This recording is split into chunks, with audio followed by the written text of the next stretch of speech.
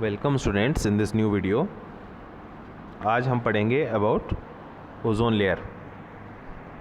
तो elemental oxygen normally हमारे atmosphere में किस फॉर्म में मिलती है? हमको डाई एटॉमिक फॉर्म में मिलती है, O2। इस फॉर्म में आपको एलिमेंटल ऑक्सीजन मिलती है। However in the upper reaches of the atmosphere, यानी एटमॉस्फेयर में ऊपर की तरफ आपको जो ऑक्सीजन है वो ट्राई एटॉमिक फॉर्म में मिलेगी। यानी किस फॉर्म में मिलेगी? O3। और इसको क्या बोलते हैं? इसको हम बोलते हैं ozone. Ozone is a gas. Unlike the normal diatomic molecule of oxygen, ozone is poisonous. तो ये जो ओजोन है ये जहरीली है, पॉइजनस है। And we are lucky that it is not stable near to the earth surface. तो हमारा लक इतना अच्छा है कि हम धरती के पास जो ओजोन है वो स्टेबल नहीं होती और वो ब्रेक डाउन हो जाती है। इसीलिए ओजोन कहाँ पाई जाती है? It is found on the upper part of atmosphere. अब ओजोन हमारे लिए आपको अभी देखा आपने कि डेंजरस तो है, लेकिन ये एक बहुत इंपॉर्टेंट काम करती है। It performs an essential function where it is found. अभी जहाँ पर अर्थ के अपर एटमॉस्फेयर में जहाँ पाई जाती है उस जगह को बोलते हैं stratosphere.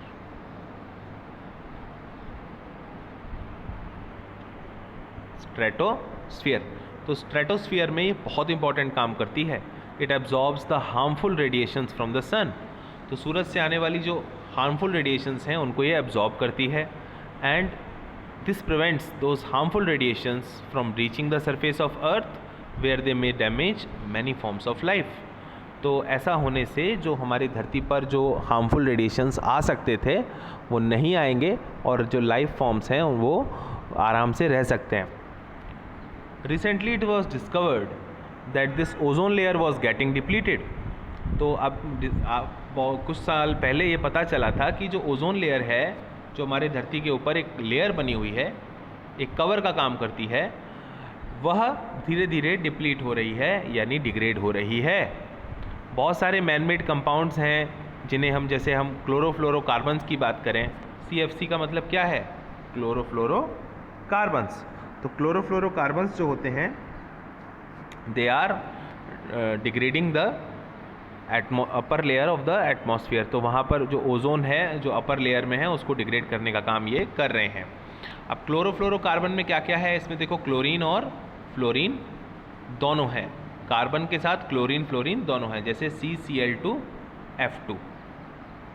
This is a chlorofluorocarbon. तो इसमें आप देखो कार्बन है, क्लोरीन है और फ्लोरीन भी है।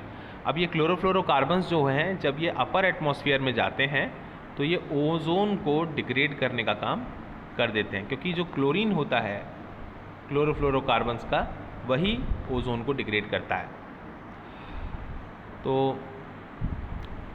Once they reach the ozone layer they would react with ozone molecules, these CFCs, हम शॉर्ट में CFCs बोलते हैं इनको। And this resulted in the reduction of ozone layer. And recently scientists have discovered a hole in the ozone layer above Antarctica. तो ऐसा होने से धीरे धीरे ये देखा गया कि जो अपना अर्थ पे देखें तो अंटार्कटिका जो है इस पर धीरे धीरे होल क्रिएट होता चला गया। देखिए आप 1980s में, 85 में और 1990 में ब्लू एरिया जो दिखाया गया है that is the widening hole, बढ़ता हुआ होल है इन द ओजोन लेयर। तो अब आप देखिए, आपको क्लियर हो रहा होगा कि ओजोन होल कितना बड़ा होता चला जा रहा है। तो अब ओजोन लेयर के धीरे धीरे कम होने से क्या होगा? It is difficult to imagine the consequences of life on earth if the ozone layer dwindles further. Antarctica में तो कोई चलो नहीं रहता है, लेकिन अगर ये आगे बढ़ेगा ये होल और धीरे धीरे एशिया की तरफ, अफ्रीका की तरफ बढ़ेगा और ऑस्ट्रेलिया की तरफ बढ़ेगा, तो क्या होगा? जो ह्यूमन बीइंग्स हैं उनके लिए और इवन जो प्लांट्स हैं, एनिमल्स हैं, दूसरे ऑर्गेनिजम्स हैं, उन सब की लाइफ को ख़तरा हो जाएगा। बिकॉज ये जो ओजोन होती है ये तो प्रोटेक्ट कर रही है हमको, और लेकिन जो अल्ट्रावायलेट रेडिएशंस हैं, UV रेडिएशन कहते हैं जिनको शॉर्ट में, अल्ट्रावायलेट रेडिएशंस, जब ये हमारी स्किन पर आते हैं तो स्किन कैंसर का स्किन कैंसर हमें हो सकता है। जब ये हमारी स्किन पर